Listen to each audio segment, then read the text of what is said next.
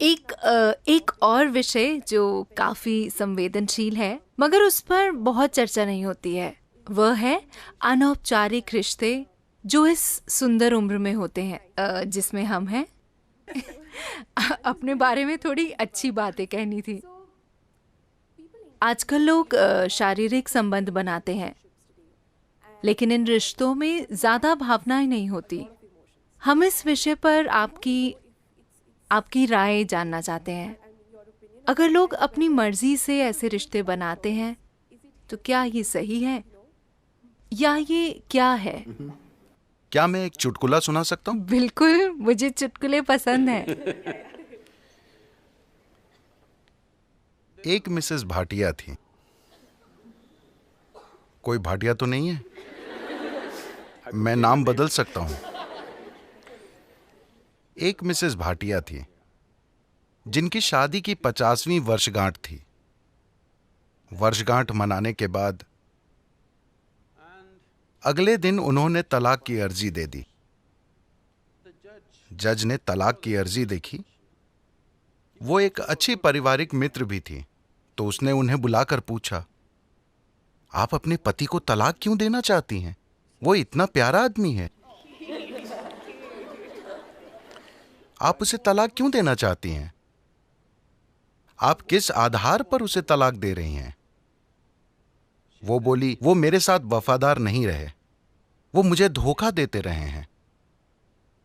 आप इस नतीजे पर कैसे पहुंची? आपने कल ही शादी की 50वीं वर्षगांठ मनाई थी। कल तक तो आप ठीक थी, फिर क्या हो गया? मुझे बीते दिनों की बहुत याद आ रही थी, तो मैंने फोटो एल्बम पलटना शुरू किया। फिर मैंने देखा कि मेरे 5 बच्चों में कोई भी उनके जैसा नहीं दिखता।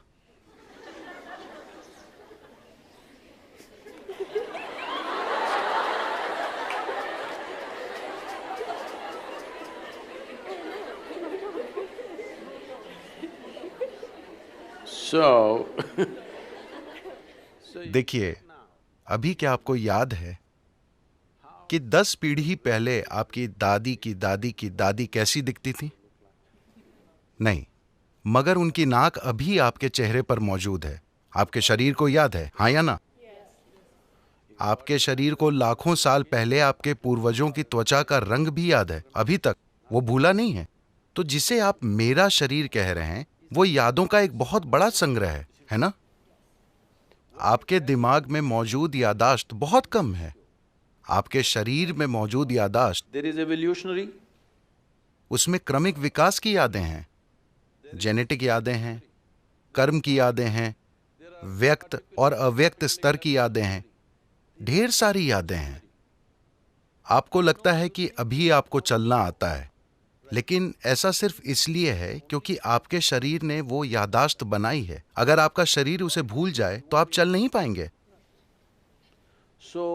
इतनी यादें, आप जो छोटी से छोटी चीज करते हैं, आप जानते हैं कि क्या खाना है क्या नहीं खाना है, उसे मुंह में डालना है कान में नहीं। ये सुनने में अजीब लगता है, लेकिन आप यादों के कारण ही जानते हैं। तो आपका शरीर ढेर सारी यादों का भंडार है और वो हर समय यादें इकट्ठी करते रहता है। अगर आप यहां से यहां तक चलें तो 50 अलग अलग तरह की हल्की महकें होंगी। हो सकता है कि आप उस पर ध्यान न दें, मगर शरीर उसे इकट्ठा भी करता है और पहचानता भी है। वो लगातार पहचानता रहता है, इसलिए आप जानते हैं कि सुगंध क्या है, दुर्गंध क्या है, ये इसकी गंध है। आप आवाज, गंध वगैरह के अलग अलग पहलुओं को पहचानते हैं, क्योंकि ये प्रक्रिया लगातार चलती रहती है। तो इस शारीरिक यादाश्त को इस संस्कृति में पारंपरिक तौर पर हम ऋणानुबंध कहते हैं। वो शारीरिक यादाश्त जो आप बनाते हैं। आप जागरूकता के साथ अपनी शारीरिक यादाश्त बना सकते हैं या बस ढेर सारी यादाश्त अंदर लेकर ढेर सारी शारीरिक उलझन से गुजर सकते हैं। तो जहां कहीं भी प्रभाव होता है, मुझे पता नहीं कि आपकी पीढ़ी में लोग अब भी ये चीजें जानते हैं या नहीं, मगर अब भी बैंगलोर में ऐसे लोग मिलेंगे जिन्हें अगर आप नमक देने की कोशिश करेंगे तो वे उसे नहीं लेंगे। वो कहेंगे वहां रख दीजिए। अगर आप उन्हें तिल देने की कोशिश करें तो वो कहेंगे उसे वहां रख दीजिए, क्योंकि उन्होंने कई पदार्थों की पहचान कर ली है जो आसानी से आपकी यादाश्त को लेकर मुझ तक पहुंचा सकते हैं अगर मैं वो चीज ले लूं। मुझे वो यादाश्त नहीं चाहिए। यही वजह है कि आमतौर पर इस संस्कृति में एक दूसरे को छूना, हाथ मिलाना, ऐसी चीजों से परहेज किया जाता है। हम अपनी ही दोनों हथेलियां मिलाकर नमस्कार करते हैं, क्योंकि हम यादाश्त नहीं इकट्ठी करना चाहते। क्योंकि अगर मैं इसे बस छूता हूं तो ये इसे भी याद रखता है। आप अपने 4 दोस्तों के साथ इसे आजमा कर देखें। आप उनके हाथों को छुएं, याद रखने की कोशिश ना करें। हर दिन बस उनके हाथ छुएं और भूल जाएं। कल अगर वो आकर आपको छूता है, आप जानते हैं कि ये उसका हाथ है ना? तो शरीर याद रखता है, ये दिमाग में नहीं है। शरीर की यादाश्त होती है, इसे ऋणानुबंध कहते हैं।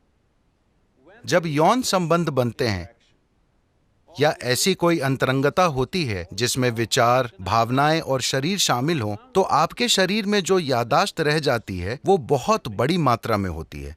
इसलिए कहा गया है कि आपको इसे जितना हो सके उतना सरल रखना चाहिए। कुछ दूसरे पहलू हैं जहां कुछ तांत्रिक प्रक्रियाओं में ऐसी चीजें होती हैं। वे सालों तक खुद को तैयार करते हैं ताकि शरीर से इतनी दूरी बना ली जाए कि शरीर कहीं से कोई यादाश्त न उठा पाए। इसे एक साधना की तरह किया जाता है, बेलगाम संभोग की तरह नहीं। तो सवाल नैतिकता का नहीं है। सवाल ये है कि आप अपने जीवन में अपने साथ क्या करना चाहते हैं। If you want to be in such a way that अगर आप इस तरह जीना चाहते हैं कि आपके जीवन में आपकी भीतरी बुद्धि सबसे प्रबल चीज हो, आपका भौतिक शरीर नहीं, तो आपको शरीर की यादाश्त को जितना हो सके उतना सरल रखना चाहिए। इसलिए सादा भोजन, लोग बिल्कुल सादा भोजन करते हैं। अब भी मैं दिन में 1 बार भोजन करता हूं और भोजन में सिर्फ एक चीज खाता हूं, 10 नहीं। मैं वो चीजें दूसरे दिन खा लूंगा, मगर आज मैं सिर्फ एक चीज खाऊंगा। क्योंकि काफी फर्क आप आजमा कर देखिए, सिर्फ मेरे कहने पर मत जाइए। खासकर जब आपकी परीक्षा का समय आता है, सादा भोजन कीजिए और देखिए कि उससे कितना फर्क पड़ता है। आपकी बुद्धि कैसे काम करती है, आप कितना सतर्क रहते हैं, सब कुछ। तो आप खुद को क्या बनाना चाहते हैं? आप खुद को एक सेक्सुअल सुपरनोवा बनाना चाहते हैं या or no I'm saying कुछ लोगों का ऐसा इरादा हो सकता है, ये उनके ऊपर है, मगर आप अपने जीवन के साथ क्या करना चाहते हैं ये आपको तय करना होगा। अगर आपने ये तय किया है तो ये बहुत महत्वपूर्ण है कि आप अनजाने में भारी मात्रा में यादें ना इकट्ठी करें, because this will lead to क्योंकि बाद में आप देखेंगे कि आपके लिए शांत और खुश रहना बहुत मुश्किल होगा, चाहे कुछ भी अच्छा हो रहा हो, simply because they क्योंकि शरीर में उलझन भरी यादें मौजूद हैं। जब इसी प्रकृति का कुछ और आता है तो शरीर में उलझन भरी उथल पुथल होने लगती है। शायद आपके दिमाग में यह ना आए, just physically ये सिर्फ शारीरिक रूप से होता रहेगा। तो ये चुनाव आपको करना है। ये नैतिकता का सवाल नहीं है, ये सवाल है समझदारी से जीने का।